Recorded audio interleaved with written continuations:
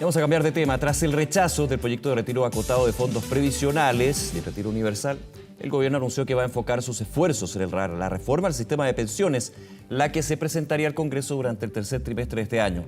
Para contribuir en el proceso se van a realizar diálogos sociales a lo largo del país. Profundizamos en este tema a esta hora con el académico de la Facultad de Economía y Negocios de la Universidad de Chile, Joseph Ramos. Joseph, como siempre, muchas gracias por acompañarnos. Buenos días. Un gusto estar con ustedes. Ahora, ¿qué tal, Joseph? Primero que todo, y en base a su experiencia y lo que hemos visto y lo que hemos conversado también tantas veces, ¿es necesario dejar de lado la discusión de los retiros para, de fondo, poder entrar ya a hablar una reforma al sistema previsional? Sí, definitivamente. Yo creo que el tema de los retiros es un desvío de atención. O sea, en su momento, tal vez en el medio de la crisis 2020, cuando había 2 millones de cesantes y otros 2 millones de personas de cuenta propia que no tenían a quién venderle, ahí se necesitaba tal vez el apoyo del retiro como una ayuda universal. Pero hoy en día no es el caso. Hoy en día la encuesta recién de la Católica muestra que hay más personas trabajando antes que la pandemia. Los salarios están en UF más que antes de la pandemia. Entonces, en general, necesidades para las personas más allá de lo normal no existen. Lo que sí hay grupos específicos, personas sin trabajo, que sí necesitarían ayuda, pero eso es una fracción mínima de lo que está contemplado en el retiro. Por consiguiente, yo creo que los retiros es un tema que se debería dejar a un lado y más bien abordar el tema de fondo por el cual fue elegido el presidente Boric, que fue una reforma al sistema previsional. Sí, antes de entrar en ese tema, quiero hacer un paréntesis, Joseph, con respecto a lo que usted dice, las necesidades, ha cambiado la situación con respecto a lo que fue la pandemia en los últimos años. Igualmente, dentro del argumento de quienes votaron a favor de un retiro universal o un retiro acotado, apuntaban a la inflación y sobre todo el efecto de los precios en bienes tan esenciales como alimentos. ¿Habría que focalizar la ayuda a sectores que evidentemente se les hace el camino más pesado con respecto a los precios que hoy día estamos viviendo? Bueno, oye, pero normalmente tenemos que ver esto en su propia dimensión. Normalmente no compensaban a la gente por inflación. Los salarios tienden a mantenerse con la inflación sin necesidad de ayuda. Entonces, que tal vez los salarios reales de algunos grupos caigan 5%, no vamos a poner una bomba atómica, que es los retiros, para una ayuda tan específica como esa.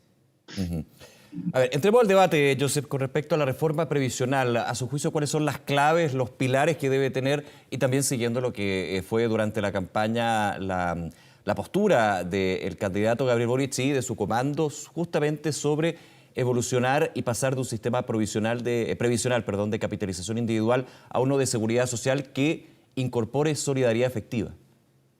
Bueno, yo creo que el factor número uno central de cualquier reforma previsional es cuánto se va a cotizar.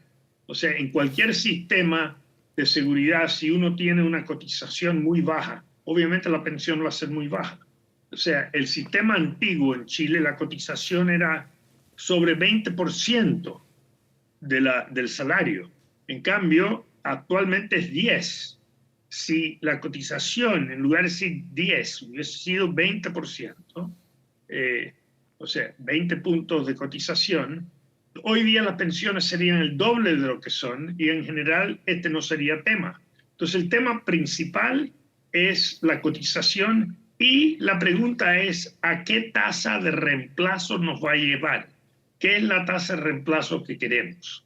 O sea, la tasa de reemplazo es la pensión en relación al último salario que uno tenía. Se considera que es un buen sistema de seguridad social uno que provea 70-75% del salario último como pensión. Actualmente es 40%. Por consiguiente, lo principal es subir la cotización y en eso comparto el lineamiento, al menos del programa del presidente Boric, que era gradualmente ir subiendo la cotización en 8 puntos. Eso creo yo es lo central, porque eso llevaría a una tasa de reemplazo, relación de pensión a salario, por sobre 70%.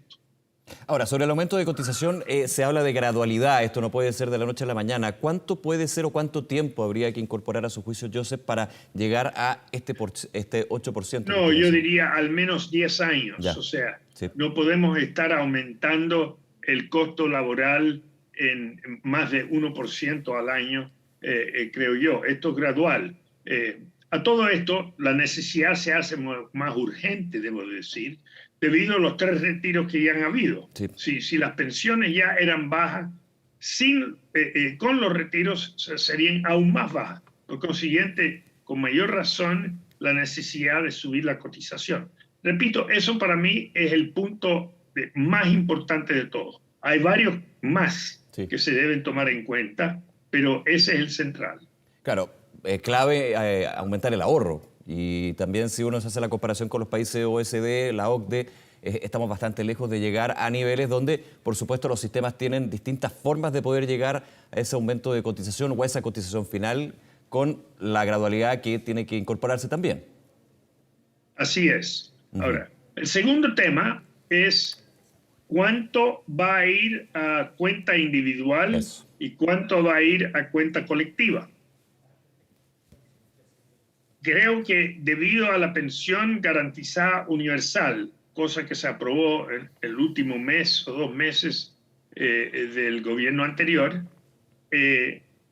con esa pensión garantizada universal, que es una ayuda colectiva, creo que el argumento ahora es que el grueso de esos 8 puntos de cotización, al menos en mi opinión, deberían ir a cuentas individuales, ya que la parte colectiva en buena parte ha sido absorbido por la pensión garantizada. Eso es bien interesante, entonces, porque ha sido la gran discusión y fue la gran discusión desde que se presentaron los proyectos, por ejemplo, de Michelle Bachelet, pero sobre todo de la segunda administración de Sebastián Piñera, sobre cuánto se tenía que adicionar con cargo al empleador y hacia dónde tenían que ir. Visiones distintas respecto a que el 6% en su minuto tenía que ir completamente a las cuentas de capitalización individual. Luego también se llegaba a un consenso de 3 y 3.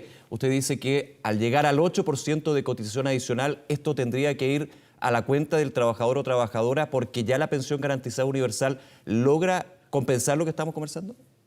No digo que lo logre del todo, ya, pero como esa parte sí es colectiva, cualquier argumento que uno tenía anteriormente para lo colectivo se reduce y se fortalece el argumento darlo en cuenta individual. Entonces yo diría, para dar orden de magnitud, que si de estos 8.6 lo pondría en cuenta individual y 2 tal vez en cuenta colectiva. Ahora, está la visión también de que esos 8 puntos deberían ir a una cuenta común de la nación, a estas cuentas nacionales que se decía en su minuto, a la solidaridad. ¿Por qué no habría que hacer eso en ese sentido? Porque ya estamos haciendo buena parte de eso con la pensión garantizada universal. Ya. Es decir, uno recibe 185,000 pesos ahora, independiente de cuánto tiene en su cuenta individual. Y eso es un monto muy significativo respecto a lo que es la pensión. Entonces, ya que se puso ese elemento colectivo, hay menos razón para poner más en lo colectivo. Ese es mi punto. Si uno antes creía que de los 8 puntos, 6 fueran a colectivo, por así decirlo, ahora creo que se revierte. Debido a la pensión garantizada universal, que es colectivo. Claro. Aquí hay un aporte estatal involucrado y le hago la pregunta, Joseph, ¿se debería también considerar un reforzamiento de ese aporte desde otra reforma que va a ser presentada en los próximos meses, la reforma tributaria? Yo creo que bastaría con esto, bastaría con esos 8 puntos y dividido en la forma que uno quiera entre lo colectivo y la cuenta individual. Ahora, el presidente Boric, a su vez, había hablado de una pensión garantizada mayor a los 185,000 pesos. Eso también es un tema que se tiene que dar, Creo, sin embargo, que lo más importante es cuál es la tasa de reemplazo que vamos a alcanzar con la pensión garantizada universal más las cotizaciones. En mi opinión, con la pensión garantizada universal actual y las cotizaciones que suban en 8 puntos, eso va a llevar a una pensión, una tasa de reemplazo ya cercano al 70%. Así que necesidad de subir la pensión garantizada es menor. Tal vez se deba subir algo, pero no se tendría que subir mucho para alcanzar esa meta. Esa meta tiene que ser cuál es la tasa de reemplazo que deseamos. Y el tema siguiente, y el tema siguiente, por cierto, es si las personas van a tener la opción de decidir quién invierte sus fondos. La administración, la recaudación, al parecer eso hay un consenso que va a ser un ente público que va a recaudar la plata, mantener las cuentas, llevar la contabilidad, pero el tema es si va a ser solo un ente público o entes privados también que inviertan o la persona tenga esa opción para que esas entes privadas puedan invertir los recursos.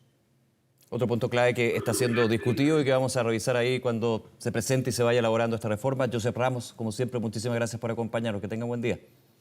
Un gusto estar contigo, Nicolás. Un abrazo, gracias.